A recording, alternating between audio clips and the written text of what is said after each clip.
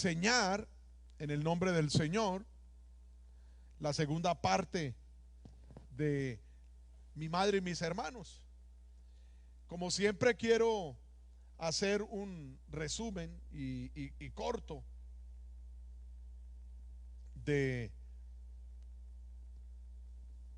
qué hablé en la primera enseñanza y lo que pretendo desde la primera enseñanza y la de hoy es mostrar cómo el Señor ha formado su iglesia con hombres y mujeres de todas partes del mundo.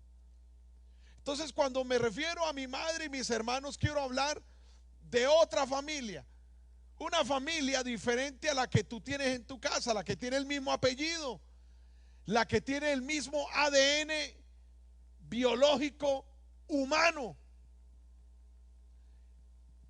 Esa familia que se formó a través de un padre, una madre y unos hijos que empiezan a llenarla, y luego vienen los sobrinos, los primos, las nueras, los yernos y todas aquellas personas que forman ese árbol genealógico humano.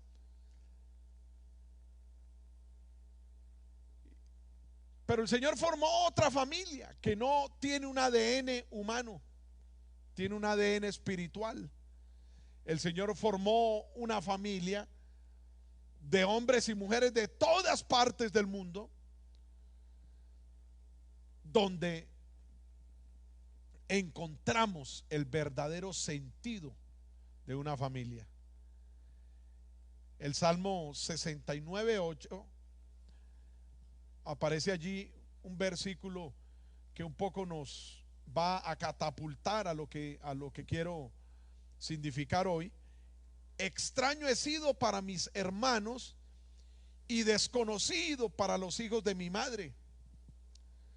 Mateo 12:49-50 dice: y extendiendo su mano hacia sus discípulos, hablo de Jesús, dijo: he aquí mi madre y mis hermanos, porque todo aquel conocida como iglesia. En la visión del profeta en Apocalipsis capítulo 7 versículo 9, hay un versículo ahí que me encanta y dice: miré y vi una gran multitud que nadie podía contar, de todas las naciones, tribus, pueblos y lenguas. Y esta gran multitud estaba de pie delante del trono y delante del Cordero, vestidos con vestiduras blancas y con palmas en sus manos.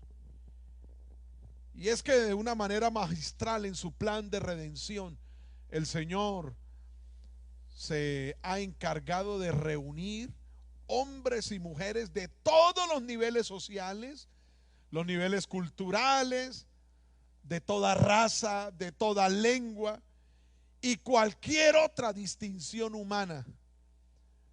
Y de allí, de todos estos individuos, el Señor formó una familia mejor conocida como iglesia.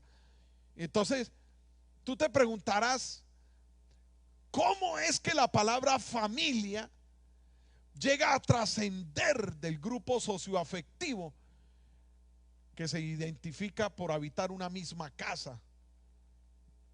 ¿Cómo es que gente que tiene diferentes apellidos, diferentes formaciones, diferentes estructuras sociales, llegan y son juntados en una misma estructura espiritual?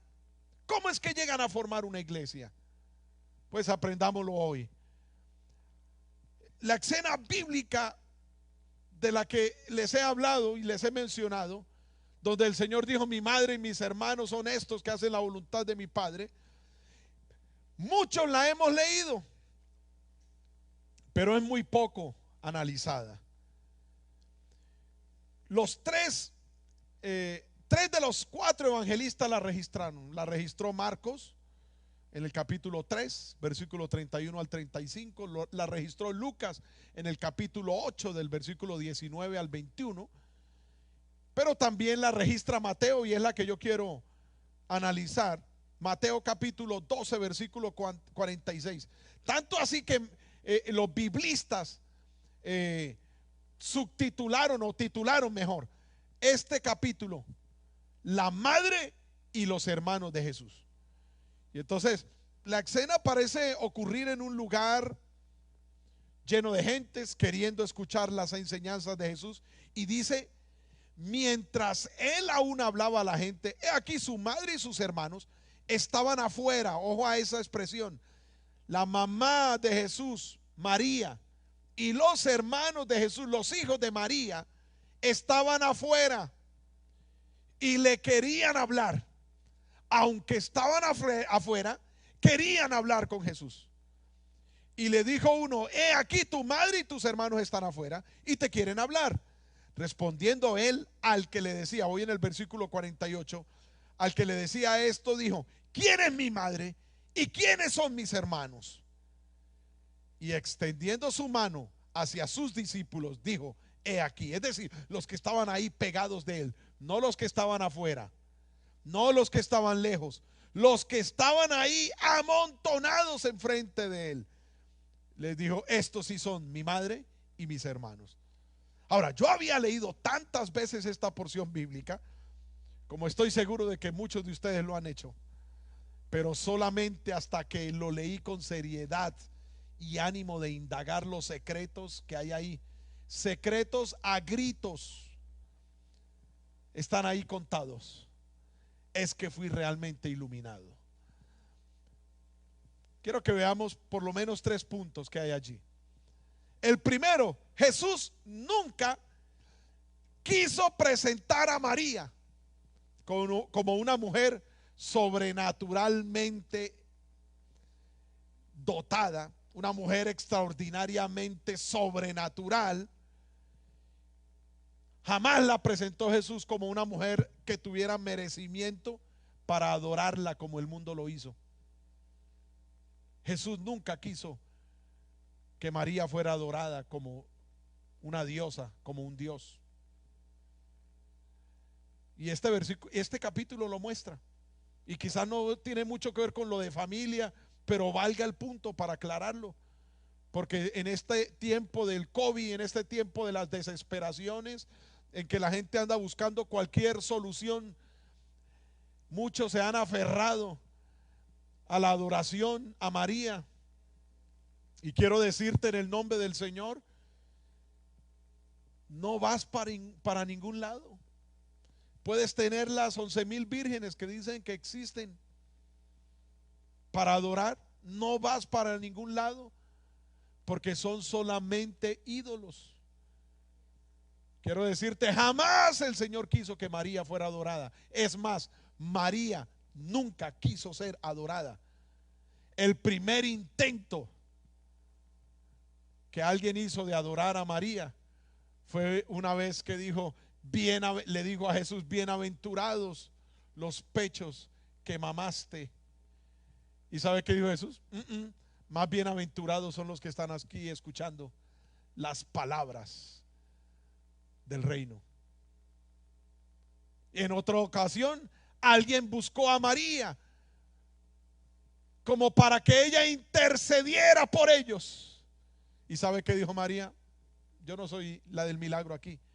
Hagan todo lo que el Señor les diga que hagan. Se trata es de Jesucristo el Señor. Amamos a María, honramos a María, sabemos que fue una gran mujer, por algo la escogió el Señor, pero solamente adoramos a Jesucristo el Señor. Solo Él es digno de toda alabanza y adoración. Así que Jesús nunca pretendió que María fuera reconocida o adorada. Así que la puso en la lista de las personas que en el momento no estaban haciendo la voluntad de su Padre. Óyelo bien. Ella estaba con sus hijos afuera, lejos del culto. parece que venir al culto o estar en culto, conectado allí como estás a través de este medio, esa es la voluntad de Dios. Que estés escuchando en esta noche palabra de Dios que te edifica, que te levanta, que te transforma. Ahora, no quiero pasar como extremo al encontrarle un análisis forzado a cada frase de esta porción bíblica, pero noten la expresión de Mateo 12:46. Mientras él aún hablaba a la gente, he aquí su madre y sus hermanos estaban afuera y le querían hablar. Nótenlo, nótenlo bien. Jesús hablando y ellos por fuera, ¿de qué? Por fuera del foco de atención de sus palabras. No estaban oyendo la palabra. Ahora, su atención estaba en otro lado. Estaban afuera del lugar, lejos de la influencia de Jesús. Estaban fuera del ambiente de la congregación. Para la gente que dice yo no necesito una iglesia, así sea virtual, necesitas una iglesia. Necesitas tener un pastor. Necesitas tener gente que ore por ti, intercesores que oren por ti, que clamen por ti. Necesitas personas que hablen contigo de la palabra de Dios. Así que es importante tener una congregación a la que tú digas yo pertenezco a esa congregación. La nueva normalidad nos dice que quizás muchas personas enfermas no pueden venir al templo. Quizás muchas personas en recuperación no pueden venir al templo. Personas que sus familiares están enfermos y ellos tienen que guardar una distancia lógica mientras pasa el virus por su casa y se pueden recuperar, no pueden venir al templo. Bueno, hemos cambiado la manera de hacer iglesia, pero no la manera de ser iglesia. Seguimos teniendo un Señor, una fe y un bautismo. Alguien dígame amén donde quiera que esté. Un Señor, una fe, un bautismo. Así que ellos estaban fuera del ambiente de la congregación. Y es que bíblicamente, a diferencia de lo que muchos piensan, al Señor le encanta la reunión de la gente. Con seguridad que los que están en el círculo de su voluntad tendrán el anhelo de acercarse más, de hablarle y encontrar ayuda. Y como dice el escritor de Hebreos 4:16, hallar ayuda para el oportuno socorro. Ahora, lo segundo que yo puedo deducir de esta porción bíblica, siento todo que todo es como una enseñanza pegada, encadenada, concatenada. Al estar fuera de la influencia, aún María, su madre, ni qué decir de sus hermanos, no estaban haciendo la voluntad de su Padre Celestial. La congregación y todos sus efectos son la voluntad de Dios. El poder orar juntos, el poder conectarnos en espíritu a la distancia, podernos conectar en un ayuno, en alabanza, en adoración, en la voluntad de Dios. Lo tercero, y no menos importante, fue el hecho de que, como todos sabemos, ni aún los hermanos de Jesús creyeron en él en el momento. En Juan 7:1-9 dice que Jesús estaba en su tierra visitando Nazaret. Hizo muy pocos milagros porque ni sus hermanos creían en él. Ahora, ojo a esto. Lo que tienes que hacer para unirte a esta familia maravillosa que en cualquier parte del mundo alaba, adora, glorifica, exalta, bendice, cree en el nombre de Jesucristo. La clave está en San Juan, capítulo 1, versículo 11. Acuérdate siempre de esto, 1:11. Abre tu Biblia, donde quiera que estés, abre tu Biblia.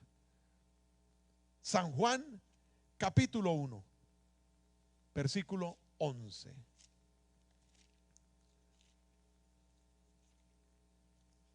Es un versículo y quiero leértelo porque no quiero decirlo de memoria, quiero que lo leas conmigo.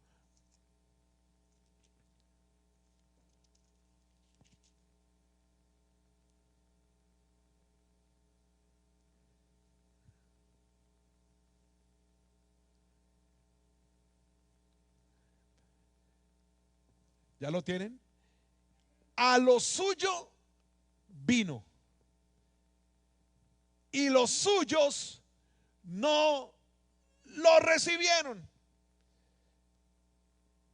Más, otras versiones dicen pero, otra versión dice empero, a los que le recibieron les dio potestad de ser hechos, ¿qué?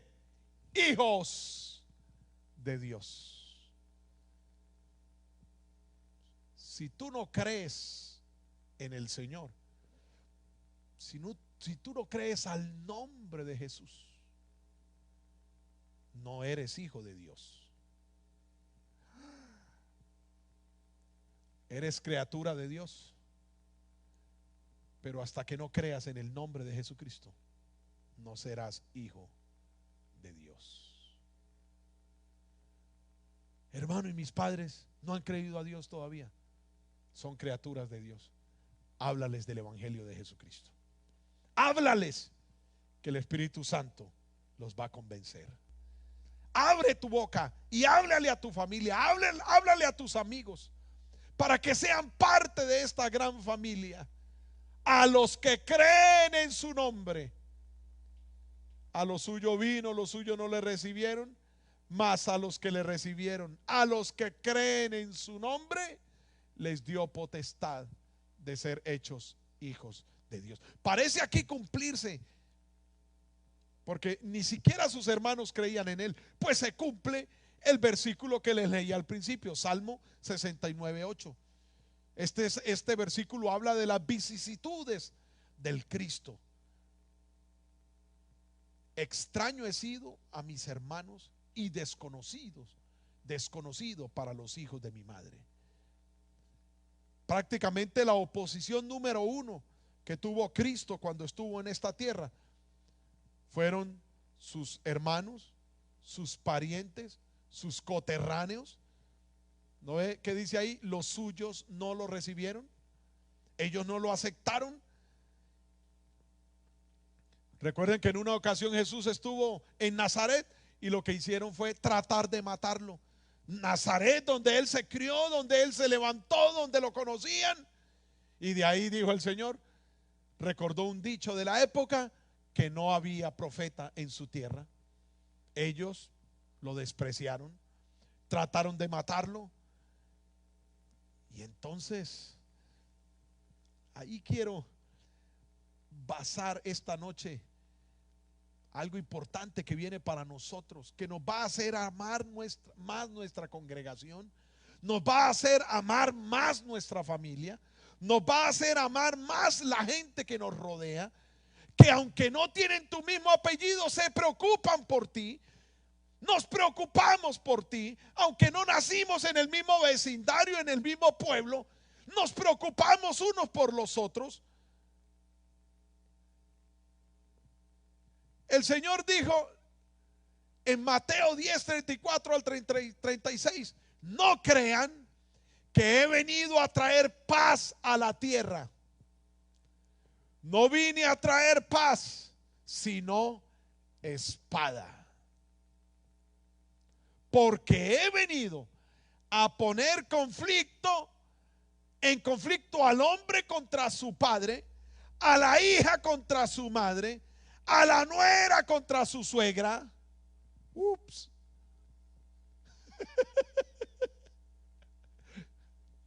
Yo cuando veo a las suegras y a las nueras felices les digo, espero verlas así en 5 años. No, es posible que suegra y nuera se amen cuando las dos aman este nombre maravilloso de Jesucristo. ¿Y sabe qué dice el versículo 36? Los enemigos de cada cual serán los de su propia familia. ¿Y cuál es la razón de esta situación? Sencillamente el evangelio. Es increíble, pero Satanás usará los miembros más íntimos de la familia natural, los de tu propio apellido, los que no han creído, los usará para atacarte, para avergonzarte y alejarte del camino de Dios. Así que, como siempre, el Señor tiene la razón. Los enemigos de cada cual serán los de su parentela. Y al Señor le pasó lo mismo. ¿No oyes lo que dice ahí en el Salmo que leí? Extraño he sido para mis propios hermanos, para los hijos de mi madre. De ellos he sido despreciado, dijo el Señor. Así el Señor tenía razón. La gente de tu parentela, y estoy seguro que muchos de los que me están oyendo ya lo han vivido, se entregaron al evangelio y los amigos, los familiares los despreciaron, los dejaron. Ahora el Señor continúa diciendo en el mismo Mateo 10, ahora el versículo 37 o 36 y en adelante: el que ama a padre o madre más que a mí no es digno de mí. El que ama a hijo o a hija más que a mí no es digno de mí. Y el que no toma su cruz y sigue en pos de mí no es digno de mí. El que haya su vida la perderá, y el que pierde su vida por causa de mí la hallará. Esto se puso álgido, porque el Señor claramente nos dice que en ese caso vamos a tener que escoger entre Él y nuestra familia. Va a llegar un momento en que la gente te va a despreciar por seguir el evangelio, y tú vas a tener que escoger: si mi madre no quiere que yo sea cristiano, ¿voy a ser cristiano o me quedo con mi madre? ¿Cuántas veces he oído de padres que amenazan con desheredar a sus hijos por ser cristianos? Ahora, ¿vas a escoger entre Jesucristo y la herencia de este mundo? ¿Vas a quedarte con la casa que te promete tu padre o con Jesucristo?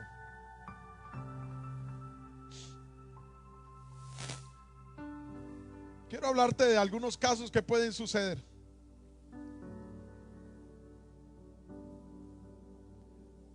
Si tu familia creyó contigo,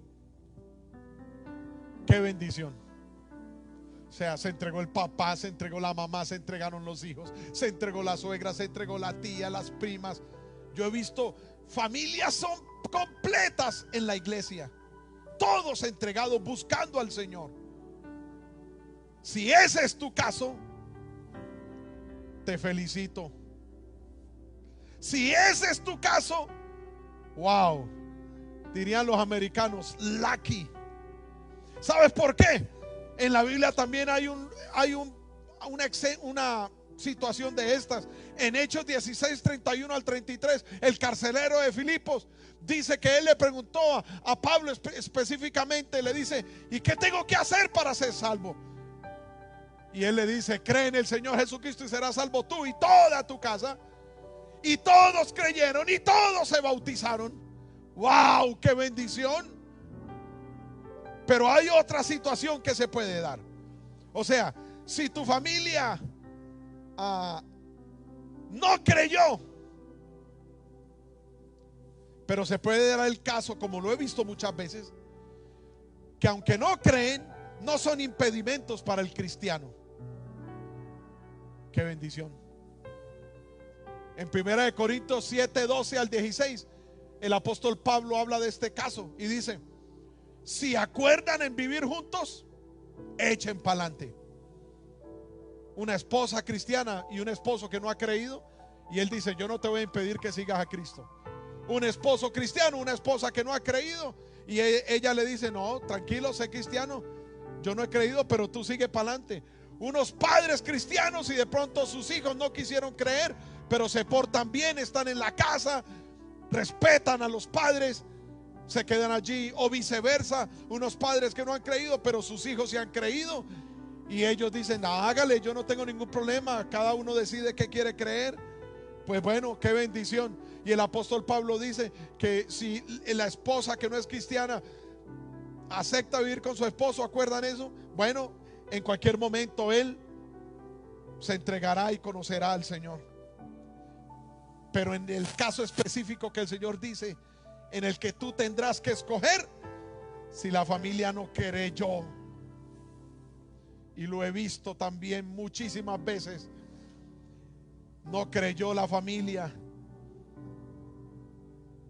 no aceptan que Cristo sea el Señor de la vida de este joven, de esta muchacha, de este esposo, de esta esposa, y le dicen: bueno, escoge entre tu Dios y yo. Recuerdo un joven rico, pero drogadicto. Contaba con las riquezas de su familia para estudiar en la mejor universidad de la ciudad, pero también le daban dinero para que saciara sus adicciones. Un día este muchacho se entregó al evangelio, mi padre lo bautizó, y ¿sabe qué le dijeron sus familiares? No cuente con nosotros, ya no le vamos a pagar universidad, ya no le vamos a dar para sus gastos, ahora decida, ¿quiere seguir estudiando y terminar su universidad y seguir teniendo dinero? No puede ser cristiano y puede quedarse en esta casa, pero si decide seguir a Cristo, se va de aquí, mi hijito, no lo queremos aquí. Con esto quiero cerrar hoy. Te vas de esta casa. Y el muchacho no lo pensó, no lo dudó. ¿Sabe qué les dijo? Quédense con su casa, quédense con su dinero. Yo me encontré con Cristo. Yo me encontré con Cristo. Si tú decides dejar a Cristo por tu familia, no eres digno del reino. Si tú amas más a tus hijos que a Dios, no eres digno del reino. En esta familia, el Rey es Jesucristo. El Señor es Jesucristo. En esta familia amamos más a Dios que a la esposa.